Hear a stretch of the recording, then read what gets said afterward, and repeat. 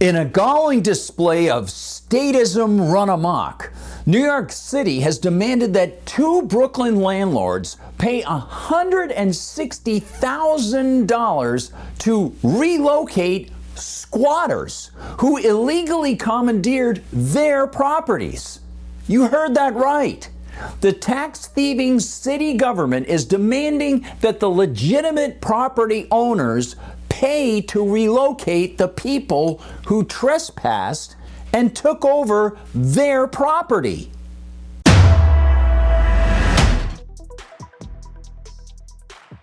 Hi everyone, I'm Gardner Goldsmith for MRC-TV, and here's the story. Catherine Boniello reports for the New York Post that this is not just a proposal in the city government. It has been policy for some time. In fact, quote, a convicted sex offender was among the squatters, but basically who the city relocated is unknown. Mohammed Chowdhury and Boysen Lorik say they're at their wits' end in a years-long saga over the three investment homes they bought for about $1.3 million on Neptune Avenue in Coney Island in May of 2019.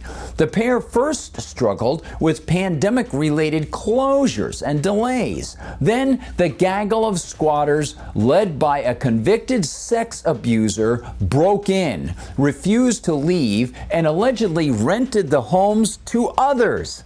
After months of complaints, police and the city marshal finally ousted the freeloaders in December 2022. End quote. So much for the august and errant term first responders. But this story, which is merely one example of the city's collectivist crushing of rights, continues.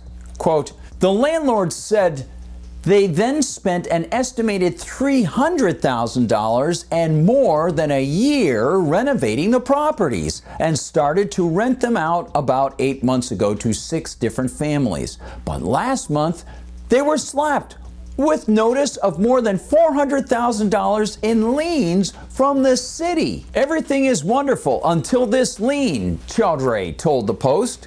The liens from the Departments of Housing and Preservation, Finance, and Environmental Protection include unpaid water bills, emergency repair, and back taxes, along with multiple claims of relocation. End quote. That's correct. The city charged them for relocation of the people who never should have been located on their property in the first place. And of course, the method by which New York City is leaning on the property owners to cough up the cash is itself based on a city ordinance allowing the government to cite a landlord for negligence and order property to be vacated, then to order the property owner to pay for the resident's relocation. That itself leaves property owners open to easy government manipulation without due process, and it skips what should be the proper method of addressing conflicts between renters and landlords. That would be the courts for violation of contract.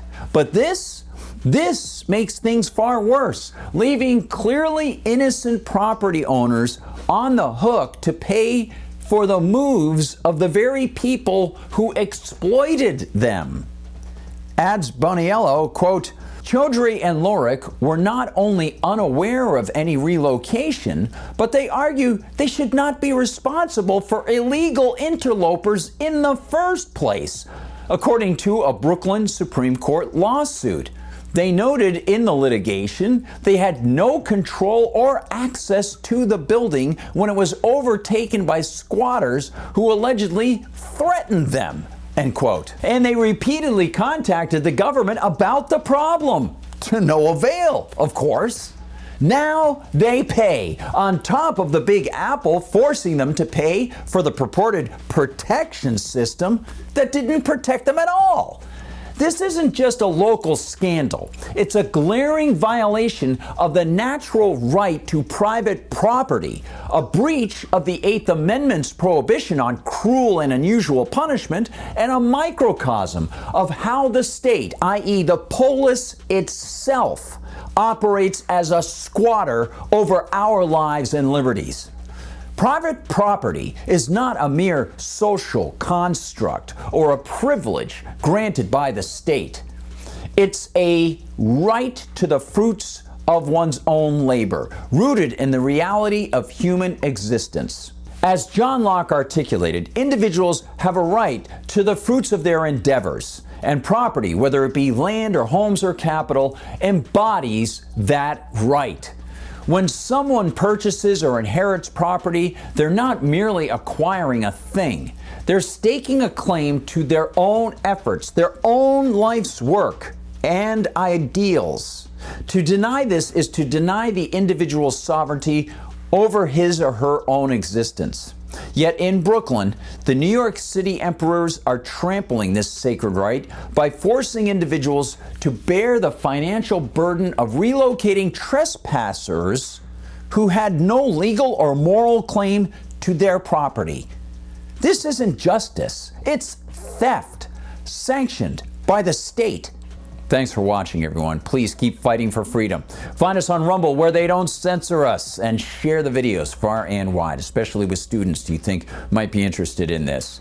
Find us on YouTube, of course, where they do sometimes censor us. Inside Facebook, always busy there. On TikTok, on Instagram, and on X. And if you want to find me on Gab, I'm at Gardner Goldsmith on Gab, and on X, I'm at Gard Goldsmith. Please visit the MRCTV.org website as well. Find out what's going on there. Consider donating to the Media Research Center. Thanks for watching. For MRC TV, I'm Gardner Goldsmith.